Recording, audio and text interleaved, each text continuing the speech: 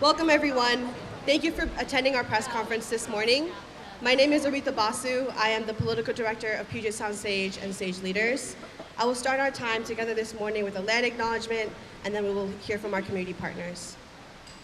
In the Puget Sound region, we are on the ancestral lands of the Coast Salish nations, including the Duwamish, Muckleshoot, Nisqually, Stillaguamish, Snohomish, Suquamish, Puyallup, and Tulalip tribes. We honor with gratitude the land itself and the diverse Coast Salish people, many of whom still fight for federal recognition, who have stewarded this land since time immemorial and who continue to steward this land today in resistance to colonization. I am here today with this powerful coalition of community partners to call on the City Council and Mayor to invest in Black, Indigenous, and people of color communities here in Seattle. We call on the city to not do business as usual and to not balance the budget on the backs of the most vulnerable and marginalized in our city. Organizations here today represent communities in almost every district of Seattle. We are all doing the daily work of supporting our communities to thrive and grow in the midst of gentrification, poverty, hardship, and ecological destruction. The Equitable Development Initiative was fought for and by communities to provide capital and capacity support for projects that are needed to sustain us. Child care centers, senior homes, cultural spaces, and youth achievement centers, and many, many more. Our communities know best what we need, and we are here today to say protect funding for EDI, and we are here to hold the city accountable to its own promises. 75% of EDI comes from JumpStart, a progressive tax on large businesses, which is another win we as community members fought for. And so we are also here today to say, defend JumpStart. EDI, JumpStart, participatory budgeting are all examples of revenue that are designated for community development projects. The city breaking its promises is nothing new. First and foremost, breaking its promise to the Duwamish tribe, and then to Black communities, and so on. This pattern continues years of harm through anti-Blackness and white supremacy and sows divisions among community members and organizations. But today, we are here to say we are standing united in our demand that resources be protected for BIPOC communities. As our friends at the Solidarity Budget have pointed out time and time again, the city continues to allocate $41.3 million to the Seattle Police Department for police positions that have not and cannot be filled. This does not include the extra $10 million that goes to redundant line items. And this money is allowed to carry over year after year after year. So explain to me how our communities and our programs are getting nickeled and dimed while the police department's budget grows in the midst of such a massive budget deficit. How is that equity?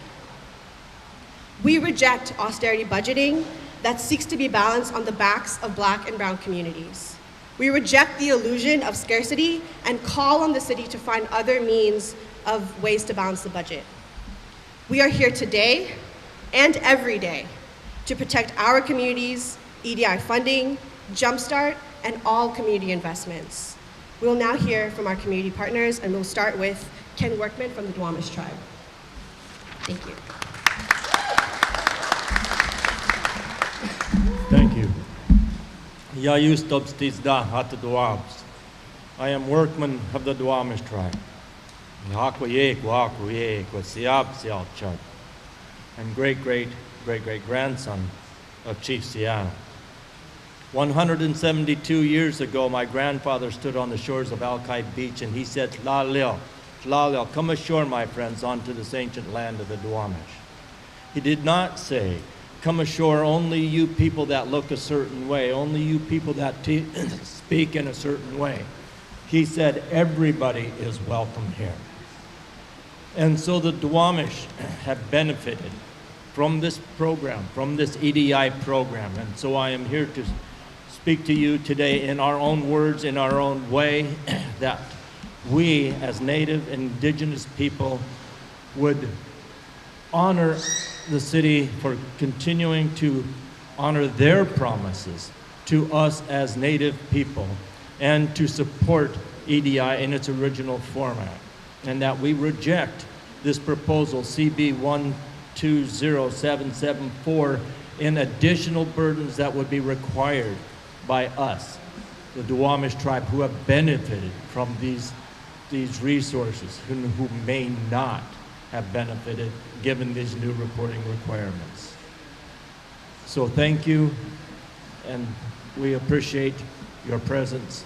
Thank you.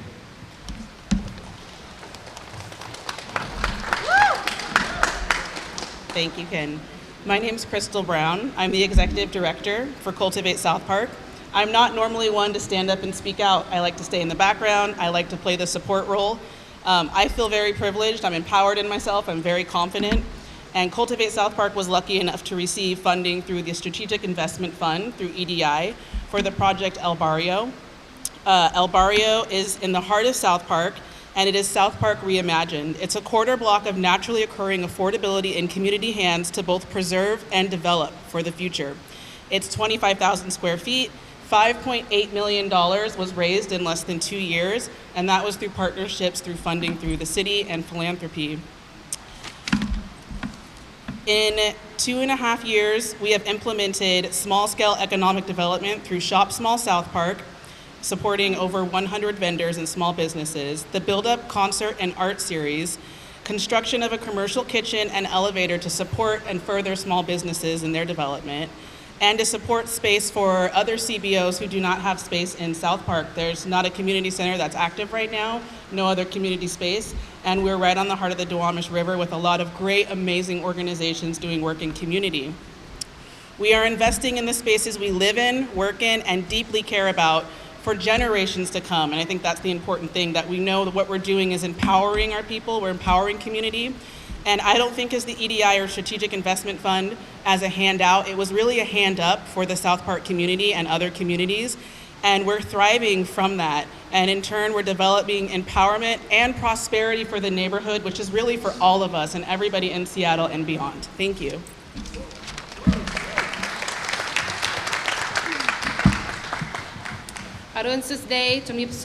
Hello all, my name is Stephanie Ung, the Co-Executive Director of Khmer Community of Seattle-King County, or KCSKC.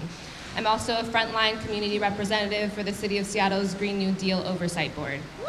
I'm here to oppose any amendments or policies that take away from JumpStart, the major source of funding for the Equitable Development Initiative, or EDI, Green New Deal, affordable housing, and other important investments in the well-being of our communities. The community organizations awarded EDI funds are at the front lines of climate catastrophes, displacement, political erasure, and racism. These are the last efforts that should ever be compromised when seeking to fill a gap in the city's budget. KCSKC is an EDI grantee in District 1, specifically Southwest Seattle, just north of White Center, where Khmer families and businesses settled and thrived since the 1980s. It remains a cultural hub today, but displacement has spread our community further and further apart. EDI has been our one hope to build what our community deserves, a Khmer-owned gathering space for our elders, youth, and families to be seen, represented, and centered, and for anyone to come learn about and celebrate who Khmer are. EDI's origins are rooted in community power, and OPCD staff have been working tirelessly with us since day one, helping us navigate the city's landscape, policies, and processes, and I would not be standing here now if it were not for them. We are glad to learn that Councilmember Rivera dropped the spending proviso. However, the reporting requirement demonstrates that she and other supporters prefer to create administrative barriers, honestly unnecessary headaches, for the communities who are already taking the city's shortcomings into their own hands. A government report will not adequately provide information that she claims to be curious about. It will keep relationships between government and the people transactional and strained. We urge Council to invest their time to visit and interview each of us to understand the status of our projects and what value we bring to the city. You will then all see the patterns of harm done that we are turning into healing and blooming. Thank you, Akon Charan.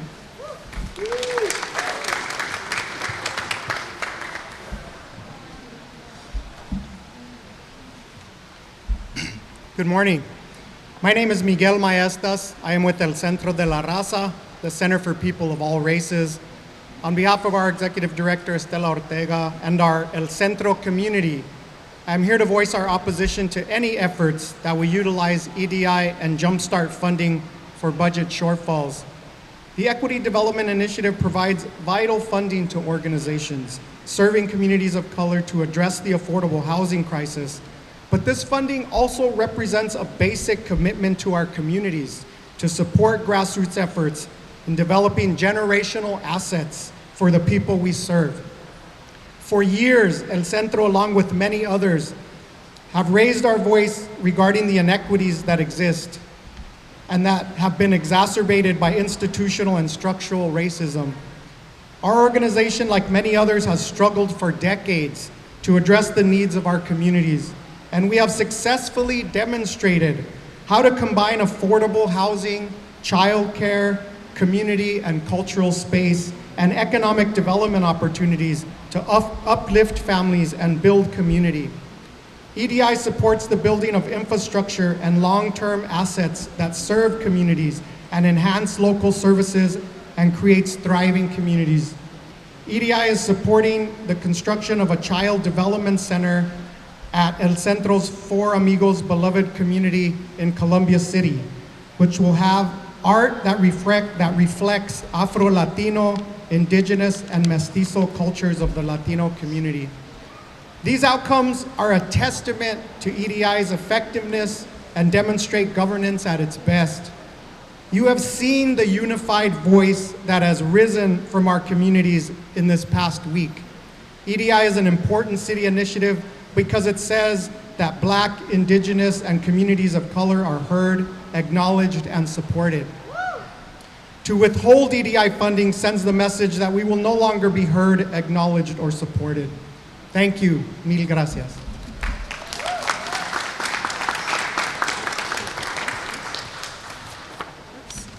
I'm Leslie Morishita with InterIm Community Development Association, one of the oldest CDCs in the nation with deep roots in the Chinatown International District. The EDI is providing crucial funding for reopening beloved legacy business and community cultural anchor Busch Garden, Japanese restaurant, and karaoke bar at our latest affordable housing project, Uncle Bob's Place. Busch Garden, together with the Bob Santos Community Room, will serve as a community living room, a third place of sorts for socializing, celebrating, and education, and as a base for community organizing. This new community gathering place will bolster that sense of community and camaraderie that the original Busch Garden exuded, and that only comes with time and love. Where was I? The community glue to help us carry forward Uncle Bob's legacy of community organizing and sustain the community for the struggle for the long haul. The EDI is also helping InterIm CDA acquire an at-risk building in the historic heart of the CID, helping to keep land in community control and to keep low-income residents, culturally appropriate community-serving small businesses and nonprofits in the CID where they belong. We've been fighting displacement and gentrification for over 55 years, and we are not going away. We are proud to stand together with our brother and sister EDI organizations committed to the struggle to ensure our city does not balance the budget on the backs of BIPOC communities, but rather stands behind its commitments to invest in these communities. Thank you.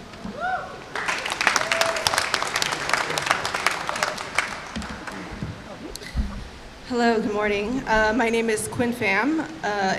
I'm the executive director with the Friends of Little Saigon, a place-based community development organization working to anchor the Vietnamese community in Seattle. Over the past 12 years, Little Saigon has lost so many of our cultural, social, and economic assets in the neighborhood. The only thing that is giving the community a chance is the ability to own and control land for our Vietnamese Culture and Economic Center, a highlight of the Little Saigon Landmark Project that is funded through EDI. It is through this project that has given us hope for a brighter future. EDI provided FLS with capacity building funds to lead the visioning, develop partnerships, and leverage other resources so that we're equipped to do the right thing. And it was also EDI's pre-development funds that is allowing us to find a site and consultants to do things right. but we've been on this journey for about 6 years. So it takes time and true investment in this process to produce the equitable outcomes that we're all looking for. Our project is only made possible by those who advocated before us and alongside us. The Friends of Little Saigon is also part of the Race and Social Equity Task Force, RSET, a coalition of leaders from the Central District, Southeast Seattle, and the Chinatown International District who represent neighborhoods historically redlined and at high displacement risk. RSET was instrumental in the establishment of Seattle's EDI during a time where many of our cultural neighborhoods were facing extinction. At its core, EDI's investment should reflect the city's race and social equity mission, and therefore we should continue to find ways to be accountable, but also expand and resource EDI proportionately to the growing need and realize these projects for our communities. Thank you.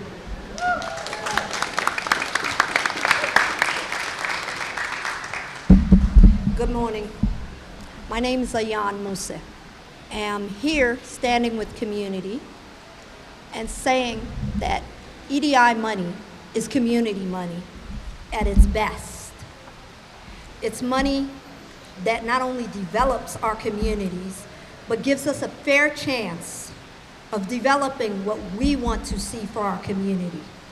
We could say all day, every day, what's happening with this money, but I think we heard community members making it quite clear that this money takes time. You cannot build a vision overnight. It takes time. And when you start questioning money that was for our community, you're letting us know what Seattle you want and who the teams are that you want. When we talk about redevelopment, let's be quite honest. The people that we're already developing are still going to continue to develop, and they're getting tax breaks all day, every day. Again, this is our money. I need our money to be our money. We're not asking, we're letting you know. We're also letting you know, don't get comfortable in your positions. Whether you're our mayor or our council, get real uncomfortable with being uncomfortable and understand that community money is exactly that, community money. We're not asking permission. I repeat, we're not asking permission. We're letting you know we're asking for accountability. And we're asking for it in a real way. Don't say something and then try to wee your way back out of it. You've done it one too many times.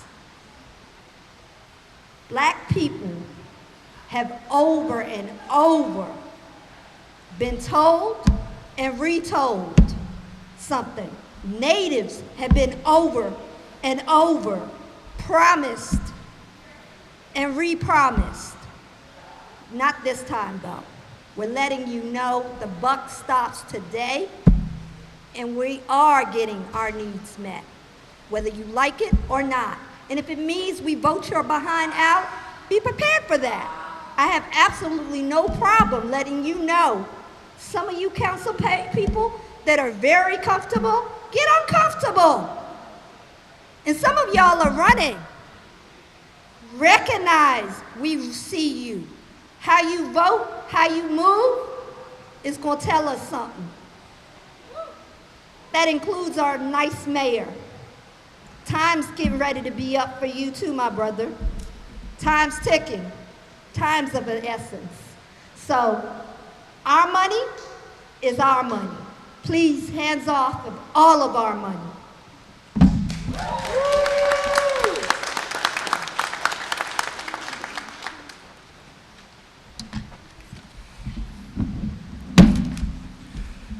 Respected council members, my name is Mike Tulee. I'm the CEO of United Indians of All Tribes Foundation.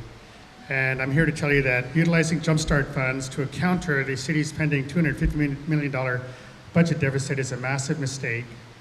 As we all know, the purpose of JumpStart was to fund initiatives such as EDI as part of the city's economic development plan. That being said, let me say that we need to protect EDI's investments into our community, not eliminate or reduce. EDI drives economic growth by and for local communities, especially those that past city policies marginalized for decades and decades on end. EDI creates jobs, supports local businesses, and makes sustainable development real. And just to give you a little bit of perspective, we were fortunate enough to receive EDI funds. With these funds, we were able to complete the following important building tasks. We were able to install much needed restrooms, added ADA water fountains, replaced sewer line sections, replaced soffits, installed all cavities needed within our building, replaced 6 sets of doors and large windows, added ADA motion sensor doors, outdoor LED lighting, replaced HVAC system, installed an ADA lift. All of these items were not wants, they were needs. Without these items, our building would have been closed today had it not been for EDI funds. Please know that austerity does not work. We must invest into our minority communities. Thank you.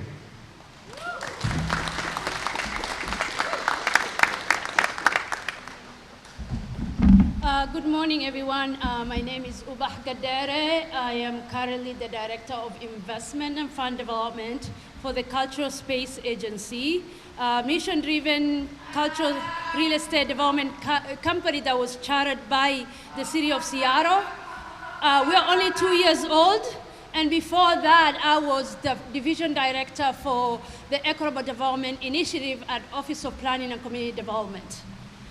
At OPCD, we implemented the Equitable Development Fund and anti-displacement policies to ensure communities of color who have been historically marginalized have a seat at the table.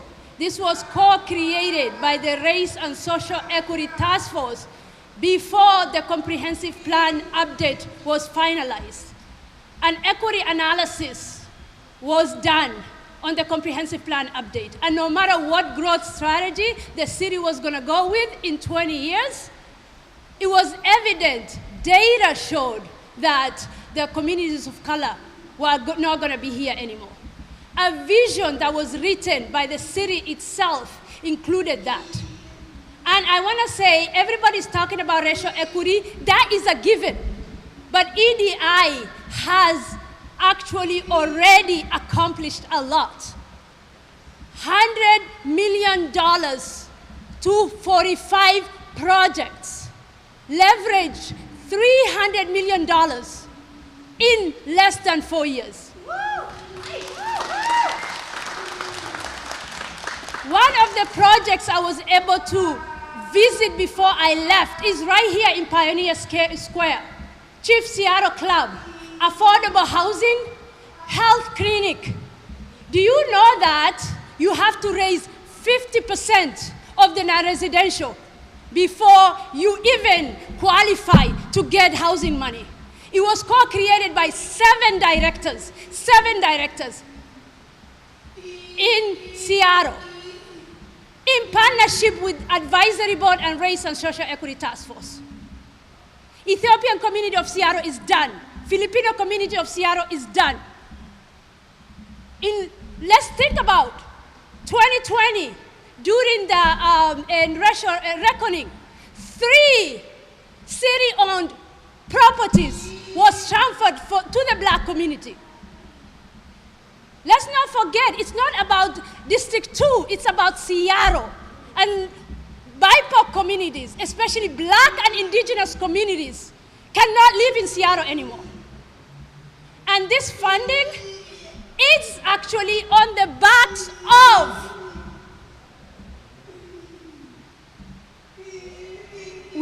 as we were sitting in our ivory towers, virtual ivory towers, the community was organized and was deploying money when COVID hit.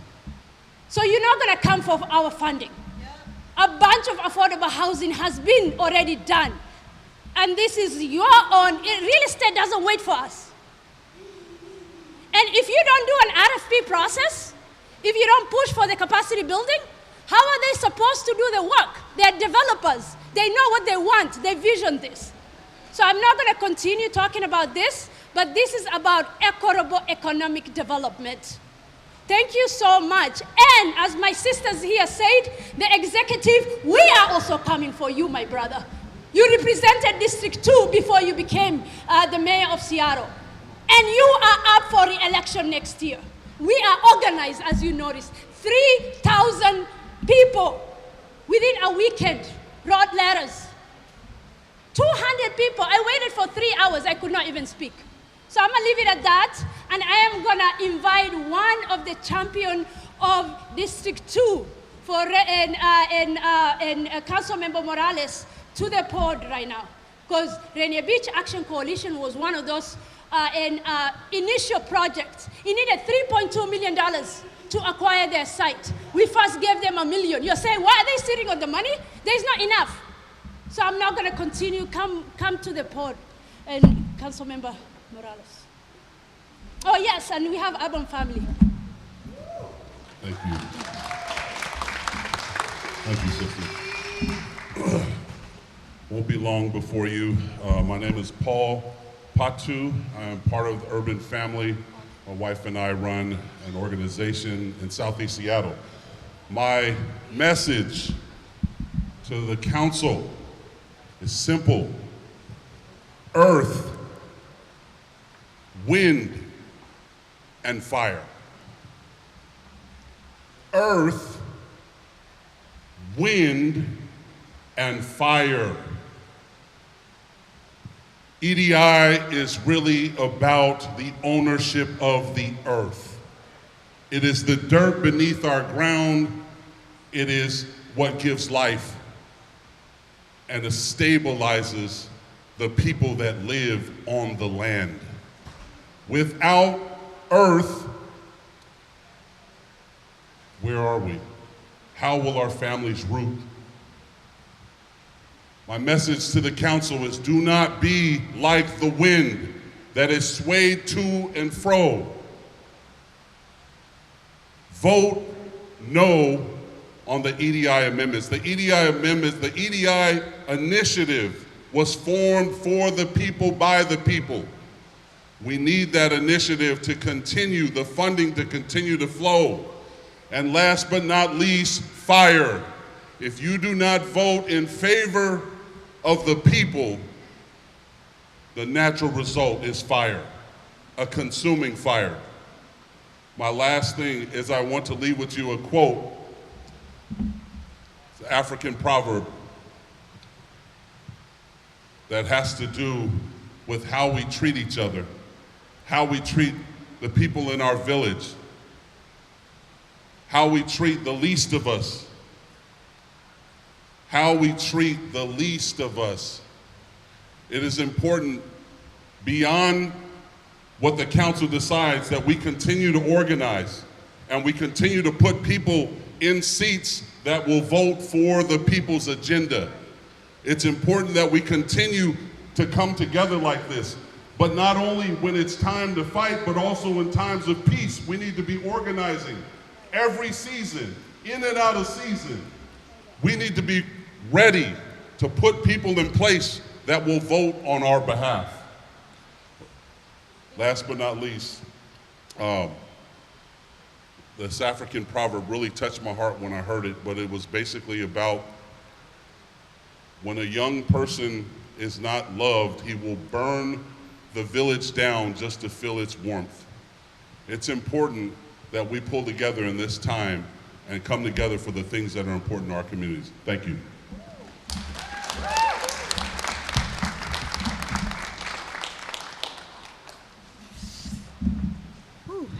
Good morning, everyone. It's great to be here, joining this broad coalition of community members, organizations, advocates, to demand that the city invest in our Black and brown communities. I know that these EDI partners have already discussed how and why their programs are important, why this particular program is important. They've already discussed why their development projects take time, and have already asked, I'm sure, why EDI is expected to produce faster than market rate projects. They may even have asked why investments in communities of color is more closely scrutinized than public investment in South Lake Union or the waterfront or any other part of the city. Or why OPCD as a department is held to accountability in a different way than other city departments. As a city, we have an obligation to be fair and consistent across programs and across departments, and we can't play games of divide and conquer, like taking money away from communities and organizations that support people of color. Seattle is the 23rd wealthiest city in the world. It's the 7th richest city in America, according to independent research. There are 54,200 millionaires living in Seattle. That means there are over 54,000 people in this city with liquid investable wealth of over $1 million. There's also 130 centimillionaires. Anybody know what that is? Somebody who has over $100 million in investable wealth. And by the way, we also have 11 billionaires in the city. So we have all this wealth concentrated in our city, and the number of millionaires here is growing. But over the last 10 years, we've seen the cost of rent almost double, and we've seen the number of people living in our streets skyrocket. How is that equitable or fair or just? And how does that even make sense? Despite the significant increase in our city's millionaire population, our city is essentially facing bankruptcy in several key areas. Our public schools are about to close, and our general fund has a $250 million deficit. It pays to be rich in Seattle, and it is very expensive to be poor here. But it doesn't have to be this way. When the council passed the JumpStart payroll expense tax in 2021, we brought in $248 million. And every single year since then, we have relied on that fund to invest in the Equitable Development Initiative and in Green New Deal initiatives and other programs that make the city livable for all of us.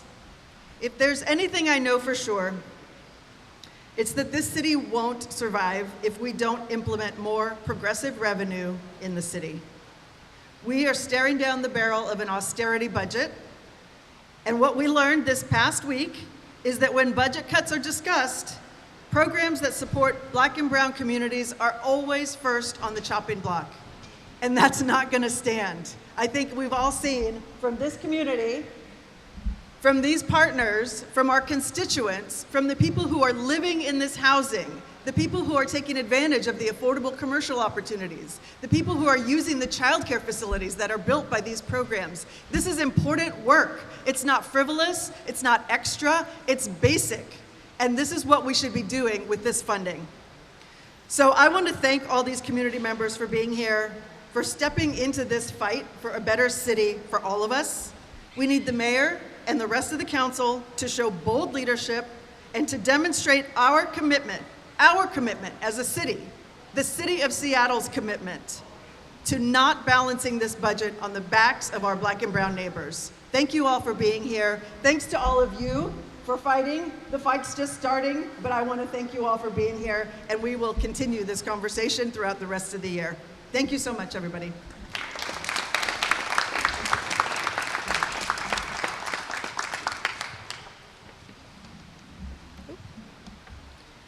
Thank you again to all the speakers and organizations and everyone who spent their weekends organizing. That is the power of our community. And thank you for showing up today. It was early, it was chaotic. We love y'all. Parking was a mess. We are united in our call on the city and the mayor to not balance the budget on the backs of our communities. If that's not clear today, I don't know how much more clear we can be. We cannot continue the status quo that sets our communities up to be the first in line to get cut, but then the last in line for resources. Hands off EDI, hands off JumpStart investments. The city is watching, the community is watching, and we are urging our elected leaders to do the right thing. This is being on the right side of history. Thank you for your time today. We will take some questions. I'm going to invite my executive director up here to help field some questions from the media, if there are any questions. We'll do 5 or 6 questions from the media. Just, can you state your name, what media you're representing, and then your question?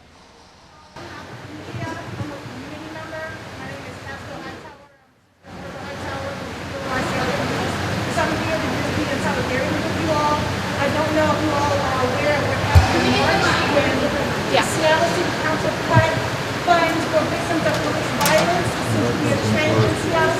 Sorry. I'm just here to be in solidarity with you all and to thank you for all of your hard work and to just say thank you. I don't know if you all are aware of what happened in March of this year when the Seattle City Council cut funds for victims of police violence.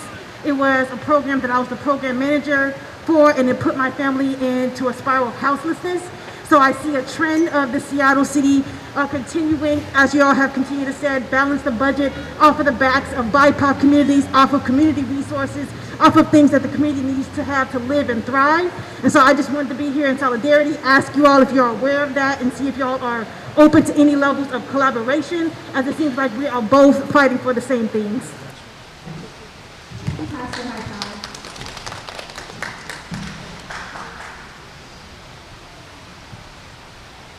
And our speakers, you all can also speak to any questions that are asked organically. Hey, Josh Cohen, Cassie at PBS. Obviously, Councilmember Rivera responded to last Tuesday's big showing in public comment, but lots of folks also said that the new amendment that she introduced that doesn't touch the funding but is sort of has new reporting requirements had referred to that as burdensome. I'm just wondering if somebody could expound upon sort of where the coalition is at on that new amendment and sort of why you worry about it.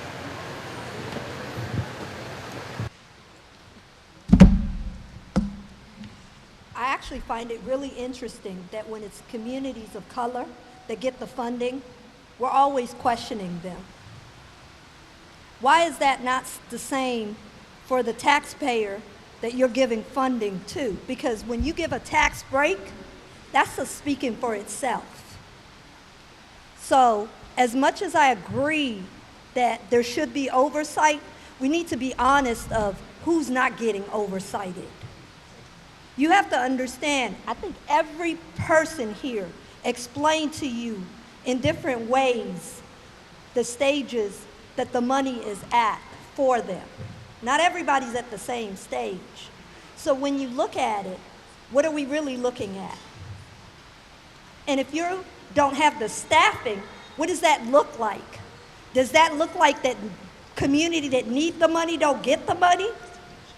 So we really need to be careful what we write and what we think before we start questioning Native community members whose land you're still standing on and haven't given any creditation to, and Black people who you've already promised money to that you have no intention of ever giving. Thank you, Auntie. I'll just also add that OPCD and EDI are already overextended, and this level of like extra reporting and scrutinization could be completely bypassed by the EDI team just giving a presentation to the City Council. And our concern is that additional scrutiny and reporting on OPCD and EDI would eventually trickle down to more barriers for community. Yeah, thank you. Guy. So we've seen Maritza Rivera kind of blame misinformation for the backlash.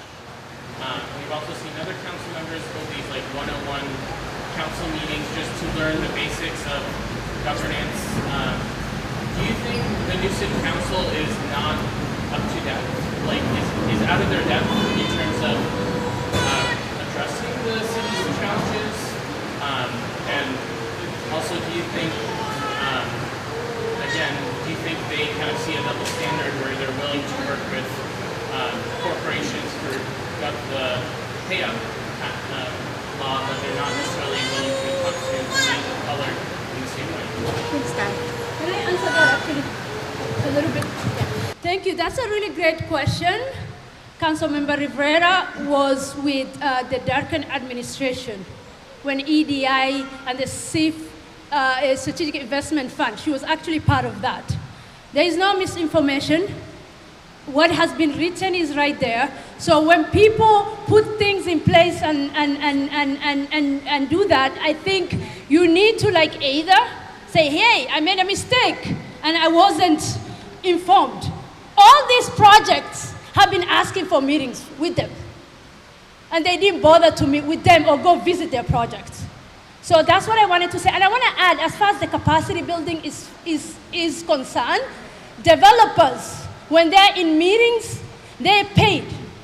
But these groups, they are talking about real estate, negotiating for themselves, but yet they're not resourced to be there. So all the capacity building contracts that are 2 years, OPCD and the executive can direct OPCD to actually push that money to the people who are doing the job. Thank you, Uba. Guy, I'll also add that the executive froze the RFP in January, and so it's not just the city council. EDI has not been able to put money into the community, and that is a decision directly made by the executive. The mayor. Any other questions? Mayor Bruce Harrell. Mayor Bruce Harrell has frozen the RFP, everyone.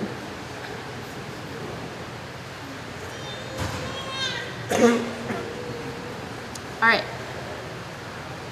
Are there any other questions? All right, I also want to add that this funding is capital funding, pays for capacity building, pre-development, $250,000 for pre-development, $100 million for affordable housing. Wyking, you can speak to that. It takes 7 years for affordable housing projects in Rainier Beach to get access to Office of Housing Funding. When Ethiopian Community of Seattle was ready to move forward because their community raised the money, we were told that they need to go back to the line and wait for 7 years. They didn't listen to them. It took them 5 years during COVID, and they broke ground last summer. I'm going to pause questions, actually. Wyking from Africatown Community Land Trust is here, and he'll be our last speaker.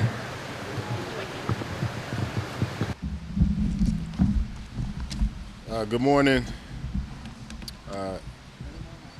Can you hear me? Can you actually hold it? All right. Can you hear me? All right. Wyking, Garrett, third generation community builder from the Central District.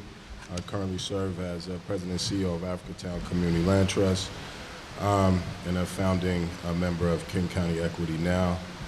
It's unfortunate to see the City Council and Mayor's administration moving in the same directions that we see happening at the federal government with the Supreme Court, with attacks and trying to dial back policies and initiatives and interventions to bring some equity and to mitigate centuries and decades of systemic, structural, anti-Black racism. The question we have to ask is it one Seattle for us too? Is it one Seattle, a world-class city that's inclusive of the communities of the world that have made this city? Or is it one class Seattle? This is really what is at stake. The small amount of resources and initiatives that have been established to repair harm are now under attack. And we see that a number of these projects, many of these projects are Black-led projects, which are projects which are striving to make sure that our community can be a part of the future of this city as we have been a part of it for over 140 years. So this really appears to be a significant policy step, policy direction back to the status quo of Jim Crow apartheid in Seattle. And so is it one Seattle or maybe one black person left in Seattle? That's what we're trying to figure out, what these policies are about. And it also seems to be a significant contradiction or complete opposite of what's said about the funding for police that are not able to spend their money in time, right? What they call the ghost cops, right? They're gonna advocate and allocate more money for them to have, even though the money they have hasn't been spent.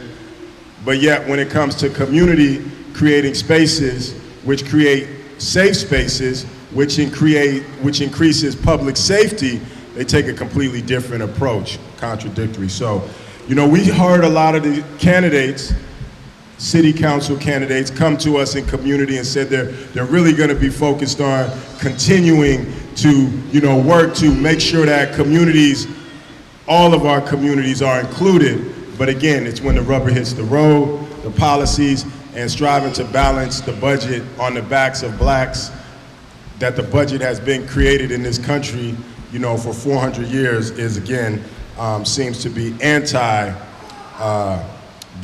and anti-inclusion and anti-progressive and anti-liberal, or giving us the freedom to be in this community. So the failure to include all communities, to include our community in the economic opportunity, in the economic growth, is the greatest threat to public safety, and that has been demonstrated over time within the city, where we see those who are most often victims and arrested as perpetrators are not thriving economically within the city. So that's the purpose of Equitable Development Initiative. I was a founding member of the Race and Social Equity Task Force that helped co-create this initiative as a step towards making Seattle more inclusive. So again, I leave the City Council to really consider much more strongly, you know, and the mayor, is it one Seattle for us too? Thank you.